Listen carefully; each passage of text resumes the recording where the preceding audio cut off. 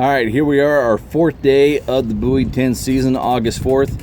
And this update, man, there really isn't much to tell you as far as location and where consistent bite was. I found a couple of fish at the bottom of the tide, right at checkerboard. There's an okay bite at Buoy 20, right at the low slack. First part of the incoming, few fish caught, but it was really dead. The fishermen were spread out, the fish were spread out. We really had to scratch them out, but we ended up limiting out the boat here once again today. But I've had a lot of requests from people asking what my gear is, how my setup looks. Let's go ahead and take a look at that, and hopefully that'll help a few people out, because I can't give you much info on where the fish are today because they are all spread out, which happens at this part of the tide. As the tides are starting to soften up, the fish will tend to spread out, but we should start seeing some more Chinook here. But let's go to our rod now. So starting out with the fishing rod, anywhere from a 9.3 to a 10.5 foot is what you're looking for. You wanted to have that good long soft parabolic bend with these barbless hooks and with the heavy lead that we got to run. Allows the fish to come up and come chew on it.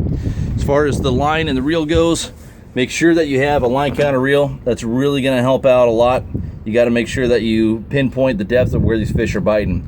On main line, I got 30-pound ultra green.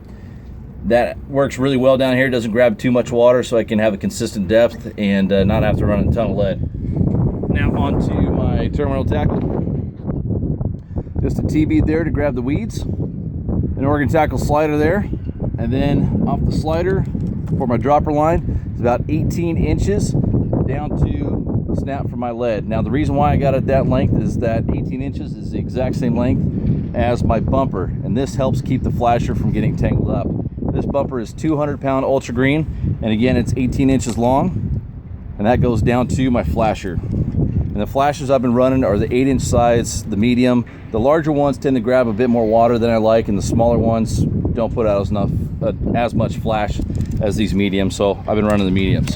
Now whether I'm running either a spinner or bait, my leader from the flasher down to either is 4 feet, and with the bait I'm running 30-pound maximum fluorocarbon, and with the spinner I'm running the 50-pound fluorocarbon. The reason why is the 50-pound will hold up a little bit better to some of these bigger tulies with the really sharp teeth that'll cut through it, and the 30-pound with the bait will still allow the bait to spin. So if I could get away with it, I know some people do, I just like to have a little bit lighter leader to make sure that my bait's spinning really well down there. Now one tip that I am going to give you guys for setting up the bait rig, this is something that I started doing last year, is on my trail hook I'm actually running a size 2 treble hook, and then 2 fingers apart, so distance is right there, 2 fingers.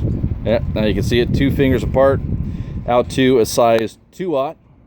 This is a size 2/0 single point hook, and what I'm doing with that is I am actually putting the single point hook on a whole bait, whether it's a herring or anchovy, up through the bottom of the jaw, and then out in between the eyes and the top of the head. And then I curl the bait just enough to put enough action in it to cause it to spin. Then take one point of that treble hook, put it in the side, and that'll give it the action and hold it right there. And that way I'm not worrying about having to cut plug bait.